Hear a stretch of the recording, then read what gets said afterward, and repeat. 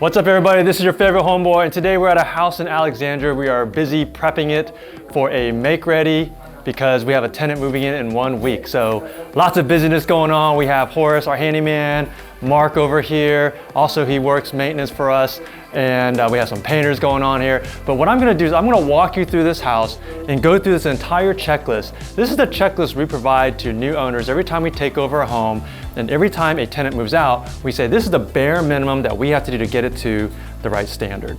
And in addition to like all the other things we find, we always want to make sure we get this list done. So this list is like a compilation of all of our years of experience, things that will save the owner money over the long term, things that the state government may require, or just things that are just common sense to make the home run more efficiently and make it easier to manage. So let's go through these things. You want to stick around because if you're a property manager or you're an investor and you're just curious about some of the things that we've learned, some best practices, then watch this video so you can know some of the things that we do. All right, so you'll notice up here that there is no smoke detector or carbon monoxide detector. So our standard is one smoke detector and carbon monoxide combination unit in each bedroom, in the common hallway outside the bedroom, and on each level. The reason why we are doing carbon monoxide detectors, even though it's not required in every area that we work at, we do see regulation moving towards that way, and it's just an extra measure of safety. Also, what's also required is a 10-year sealed lithium battery. So you ever walk into the homes and you hear all this chirping? We're trying to eliminate that because these are 10-year sealed batteries, so that after 10 years, you just replace it. Otherwise, it's gonna be there and should work for 10 years. Another thing we ask the handyman to do is we check all the light switches just to make sure they're functioning. Like in this house, one of these light switches, instead of hitting up the lights up in the ceiling, it's hitting the closet.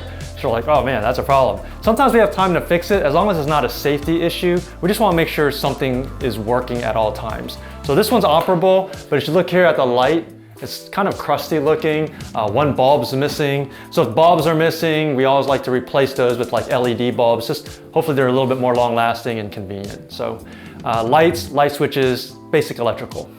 Another thing we do is make sure that every home has a smart lock and it's Smartlock ready. This is something that the short-term rental industry has been doing, and they're years ahead of the long-term rental industry in terms of incorporating technology into homes, because with 52 plus bookings a year on these short-term rentals, they have to be efficient. And so it forces them to use technology. So we started implementing this about 2 years ago. So here's what we do.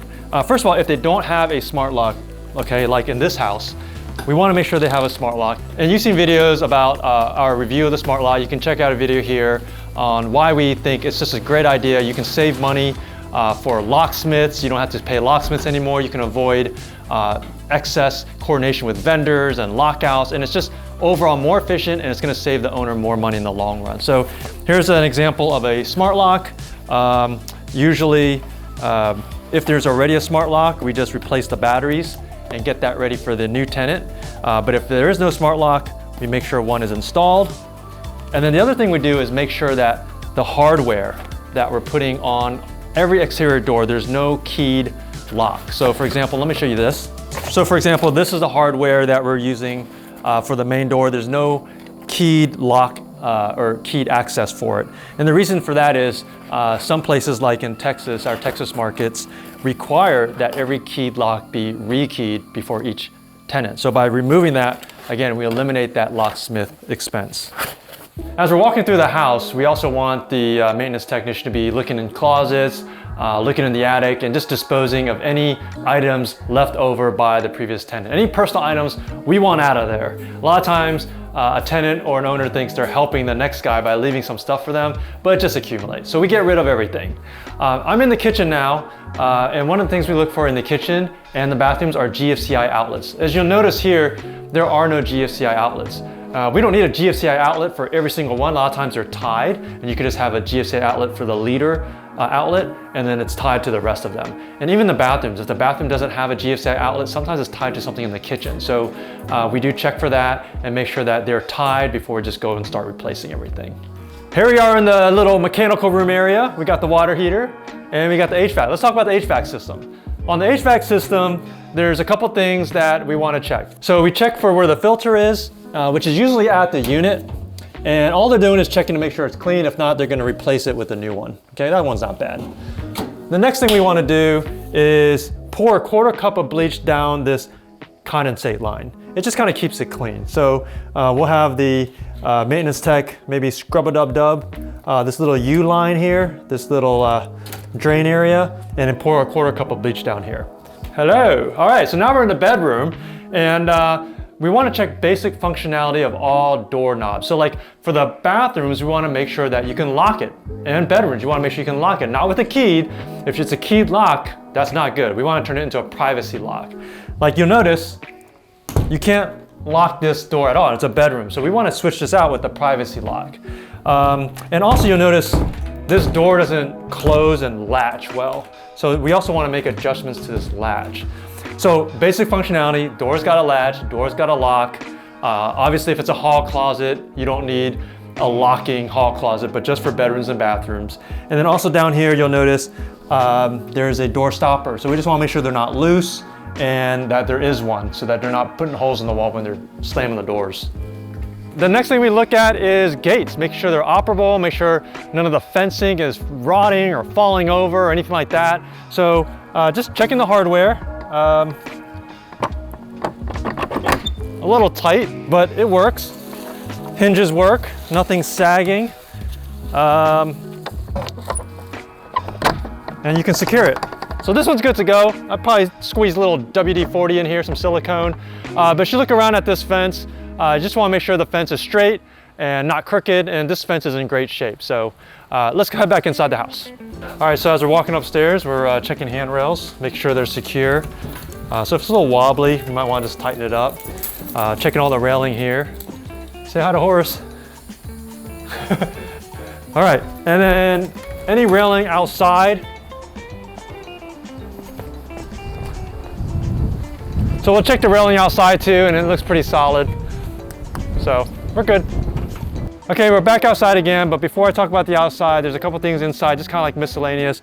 We always make sure that the Handyman leaves all the blinds open to let a lot of light in, and the house shows better that way. Just remove any trash receptacles, make sure they're cleaned out, spray a little deodorizer if it needs to be freshened up a little bit. On the outside, we're back on the outside again, and you'll notice the gutters are really high on this house, but we also want them to check the gutters and clean out the gutters. If it's way too high that our ladder can't reach, that would be like over 25 feet, we would usually just have to hire someone else. While we're outside on the grass, we also want to make sure that the grass is cut. Even though that's a tenant responsibility, sometimes it doesn't get done. So we also just make sure the grass is cut. Any branches that are low-lying are trimmed up. Any bushes that are close to the house are trimmed up. This is the condition that we like to leave it for a new tenant, and so during the make ready, if it's not done, we always want to make sure those get looked at. And of course, when the grass is cut, we also want to make sure that there's no like dog poop or anything like that. We clean that up as well. Over here you see that, talking about gutters, we also want to make sure that the downspouts are properly extended beyond the foundation. So you'll notice here, just kind of a piece just kind of fell off. We probably need to extend that out and hit that little splash guard so that the foundation doesn't get all this water pooling. Kind of like this one. All right, there's nothing worse than moving into a house and finding out your appliances don't work. So we always want to check the appliances, checking all the burners, checking the dishwasher, just make sure everything works properly, the garbage disposal. When it comes to the ice maker, we also want to go into the refrigerator, the freezer, take out any ice and dump it out and then stop the ice maker. That way you don't have that old ice, or like when the utilities get turned off by accident, you don't have all that melting into the freezer, into the refrigerator. Okay, the other thing we want to focus on is plumbing. So here we're in one of the bathrooms.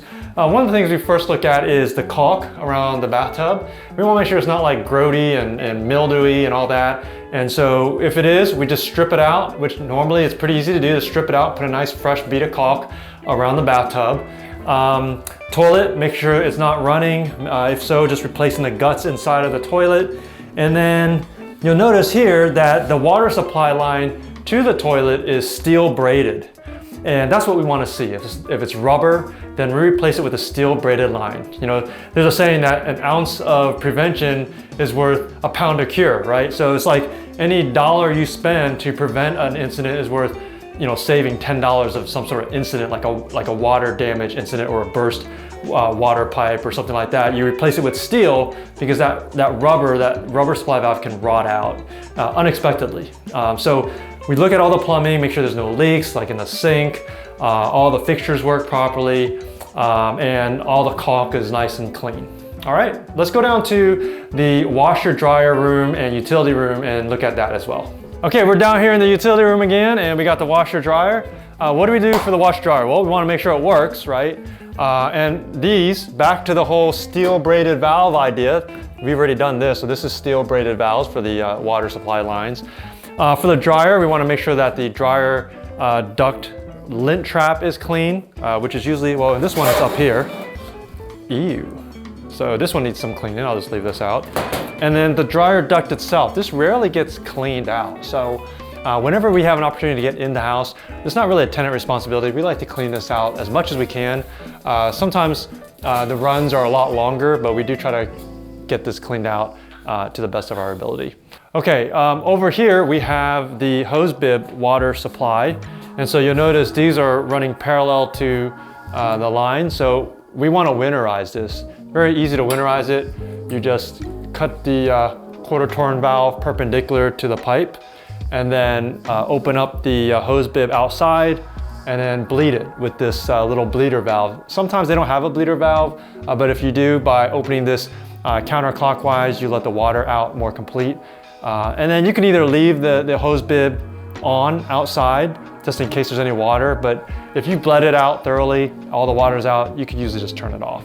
So we always want to make sure that this is winterized. If it's after October 1st, then the maintenance tech will winterize it so that when there's showings and cold weather gets here, we don't have to worry about any burst pipes. And this is what we show every tenant how to do before they move into the house.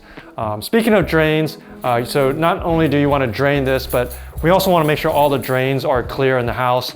And so that also means putting like little hair traps down for the bathtub and for, in the kitchen areas. Okay, I hope you enjoyed the really quick tour through our real life make-ready home here that we're doing. This home needs a little bit of work, but we're getting there. And if you're a new investor or a property manager or a tenant, what are some things that you found to be very helpful to do in your rental homes or in homes that you've lived in that you think we've missed? And so in addition to paint and repairs, these are the bare minimum things that we have to do for every house. Let me know what you think about it in the comments below. Don't forget to like the video and subscribe to the channel. This is Your Favorite Homeboy, signing out.